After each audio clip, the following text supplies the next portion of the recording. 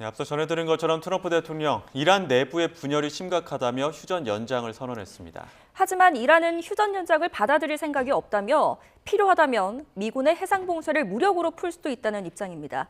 국제부 연결해서 이란 전쟁 상황 알아보겠습니다. 김잔디 기자 전해주시죠. 네, 이란과의 2주 휴전 만료를 하루 앞두고 트럼프 미국 대통령이 휴전을 연장하겠다고 밝혔습니다.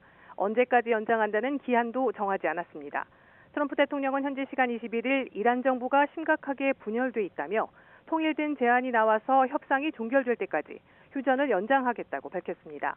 다만 이란 해상 봉쇄는 계속되고 이 만일에 대비한 군사적 준비 태세도 지속한다고 덧붙였습니다.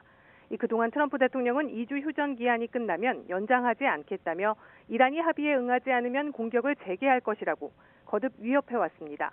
이란의 핵심 인프라를 줄줄이 타격하겠다며 강하게 압박해왔지만 실제 실행에는 부담을 느낀 것으로 보입니다.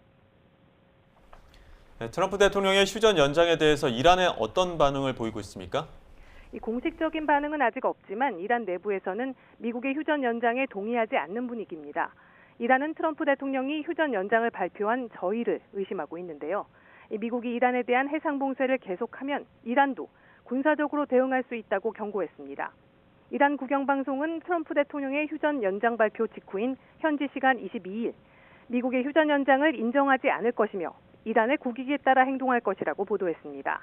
이란 혁명수비대와 연계된 반관영 매체 타스님 통신은 미국의 해상 봉쇄 유지를 적대 행위로 규정하고 필요하다면 봉쇄를 무력으로 해제할 것이라는 이란군의 입장을 전했습니다.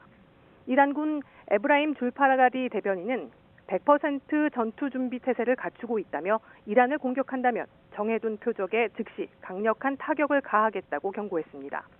협상단 대표인 갈리바프 이란 의회 의장의 참모인 마흐디 모하마디는 소셜미디어에 트럼프의 휴전 연장은 의미가 없다는 글을 게시했습니다.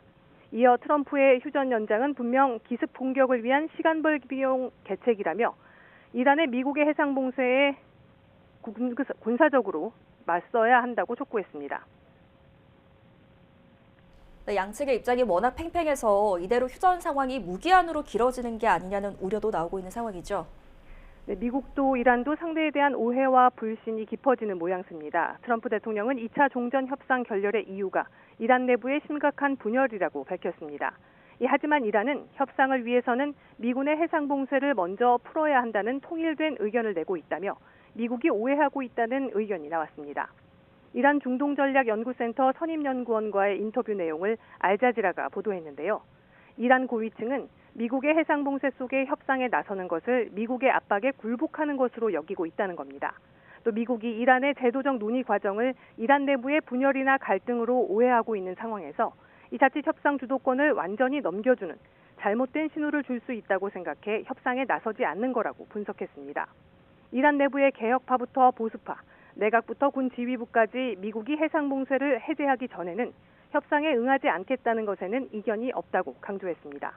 종합적으로 보면 이란은 협상의 문을 완전히 닫은 것은 아니지만 강경파에 대한 설득을 위해서라도 미국이 먼저 해상 봉쇄를 풀어야 협상장으로 향할 수 있을 것으로 보입니다.